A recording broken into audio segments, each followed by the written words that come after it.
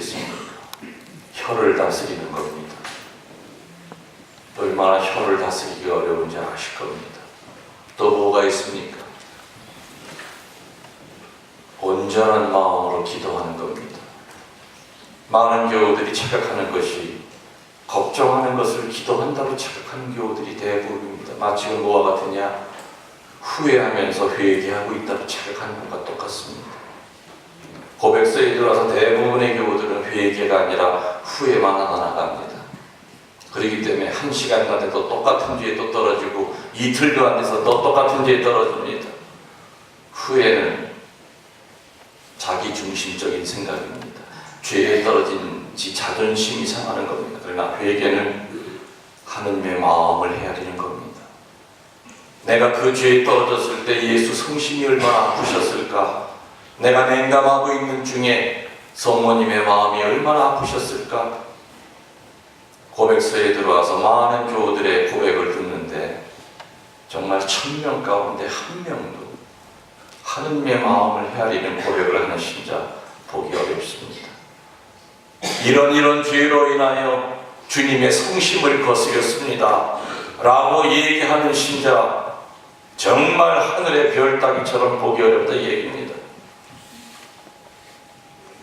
늘 자기 자신과의 잘못. 왜 유다스가 딱 한 번 예방했는데 왜 목숨을 끊었는 줄 압니까? 유다스는 예수님을 팔아먹을 때부터 예수님이 죽고 난 후에도 끝까지 자기중심적이었습니다. 예수님 팔아먹고 예수님 돌아가시고 난 후에 나 같은 놈은 구원 못 받아. 구원 받는 거 안 받는 것도 지가 판단했습니다. 다락방에 찾아가서 죽이든 살리든 마음대로 하십시오. 제가 죽을 죄를 졌습니다 하고 성모님 발 앞에 매달렸다면 성모님이 아마 감쌌을 겁니다.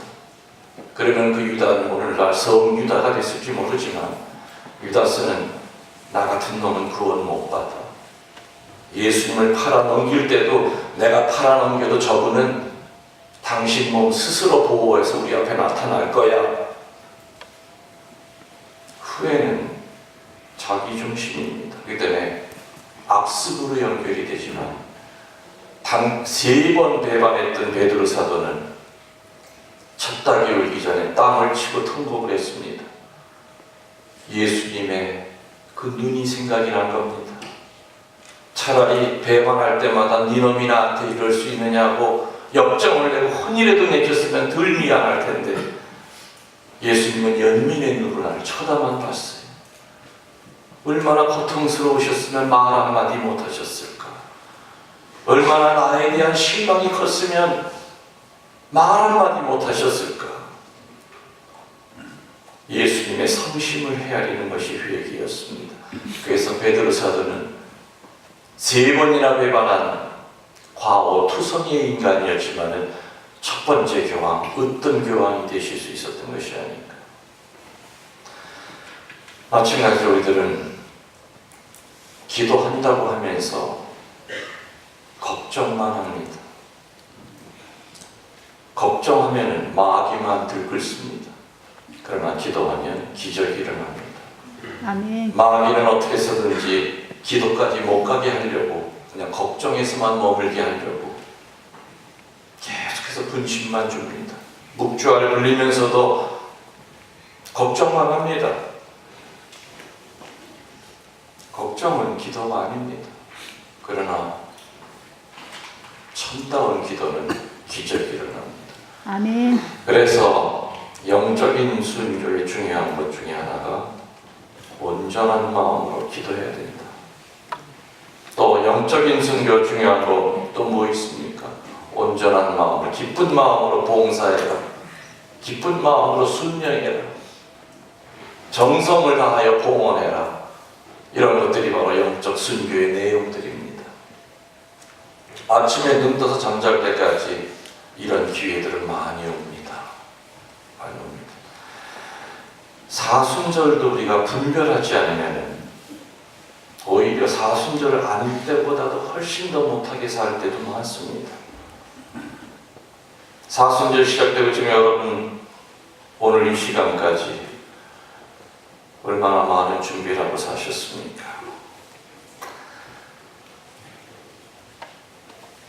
영적 분별은 이 시대의 가장 중요한 덕입니다. 그래서 늘 강조하건대 사제도 분별이 있어야 된다. 사제복을 입었다고 저절로 분별이 생기는 게 아니라고 그랬죠. 주교님들이 주교님 옷을 입었다고 저절로 분별이 생기는 것이 아닙니다. 수도자 옷을 입었다고 해서 저절로 분별이 생기는 것도 아니고 세례명 갖고 있는 신자라고 하여 저절로 분별이 되는 게 아닙니다. 사제가 분별이 없으면 신자들을 끌고 단체로 절벽으로 집단 자살합니다. 수도원 원장이 분별이 없으면 그 수도원은 개판이 됩니다. 집에서도 집에 어른들이 분별이 없으면 콩가루 집안이 됩니다. 구역에서도 반에서도 작은 단체장이라 하더라도 영적 분별이 없으면 그 단체는 서로가 헐뜯다 끝납니다. 다 떠나버리고 맙니다. 지금 시대는 분별의 시대입니다. 분별은 어디서 나온다고 그랬죠? 거룩함에서 나온다고 그랬어요. 분별이 나오는 곳이 바로 거룩함, 사nctitas. 그래서 지금 시대는 똑똑한 친구들이 필요한 시대가 아니라 거룩한 사제가 필요한 시대예요. 지금 시대는 제주 많은 수도자들이 필요한 시대가 아니라 거룩한 수도자가 필요한 시대예요. 지금 시대는 능력 있는 교우들이 필요한 시대가 아니라 거룩한 평신도들이 필요한 시대입니다. 거룩함은 악을 이깁니다. 아멘. 거룩함은 내 주변에 몰려드는 어둠을 물리칩니다.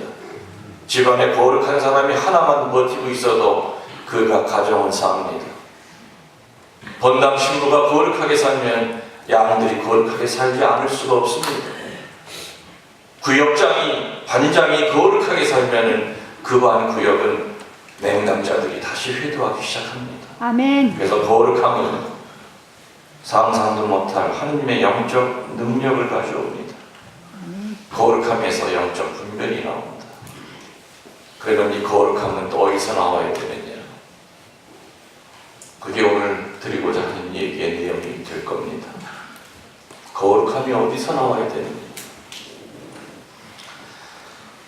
오랫동안 교황님을 하시다가 세상을 떠나셨던 요한 바오로 2세는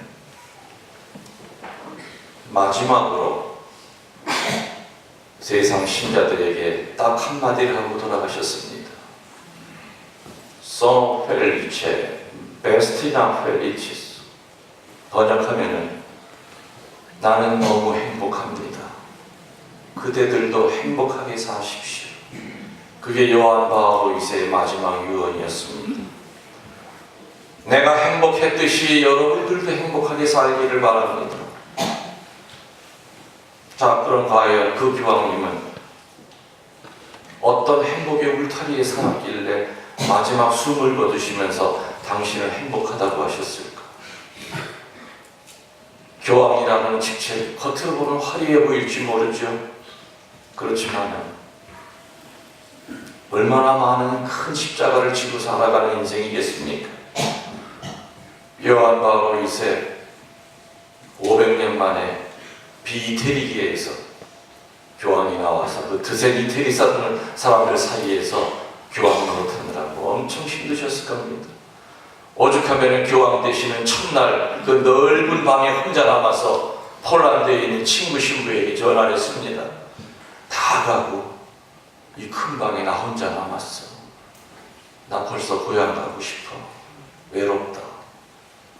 이 말 한마디가 앞으로 교황의 삶이 얼마나 외롭고 힘든지를 나타내주는 말일 겁니다. 교황 되신 지 4년 만에 총을 4방을 맞습니다. 워낙 건강한 몸이시라 살아나셨지만 말년에는 그 후유증 때문에 파킨슨씨 병이 오셔서 돌아가신 무렵에 얼굴이 팅팅 붓고 등은 굽어지고 겉으로 보면은 재미난 거 하나도 없으신 그분의 입에서 마지막 삶이 Sono felice. 나는 행복합니다. 그대들도 행복하시오. 그럼 그분이 분명히 행복했기 때문에 행복하다고 하셨겠죠? 네. 미리고 짐작하건대 그 행복은 땅으로부터 올라오는 행복은 아니었을 겁니다. 위로부터 내려오는 영적 행복이었기 때문에 분명히 행복하셨을 겁니다. 아멘. 그럼 그 교황님은 어떻게 사셨길래 행복하시다고 하실까? 그분이 살아가신 모습을 보면 우리들도 그 길을 따라가면 우리들도 나중에 죽을 때 내 후손들 앞에다 세우고 이 애비 행복하게 살다 간다. 니들도 행복하거라. 사제들도 역시 죽으면서 마지막 후배 신부님들한테 저 정말 행복하게 살다 갑니다. 우리 신부님들도 행복하세요. 나 정말 지겹게 살다가 이런 말이 나올 때는 얼마나 비참하겠습니까? 우리 믿는 이들이 행복하게 살기 위한 첫 번째 행복의 울타리는 진리 안에서 살 때 행복을 느낍니다. 어디 안에서 살 때요? 진리 안에서.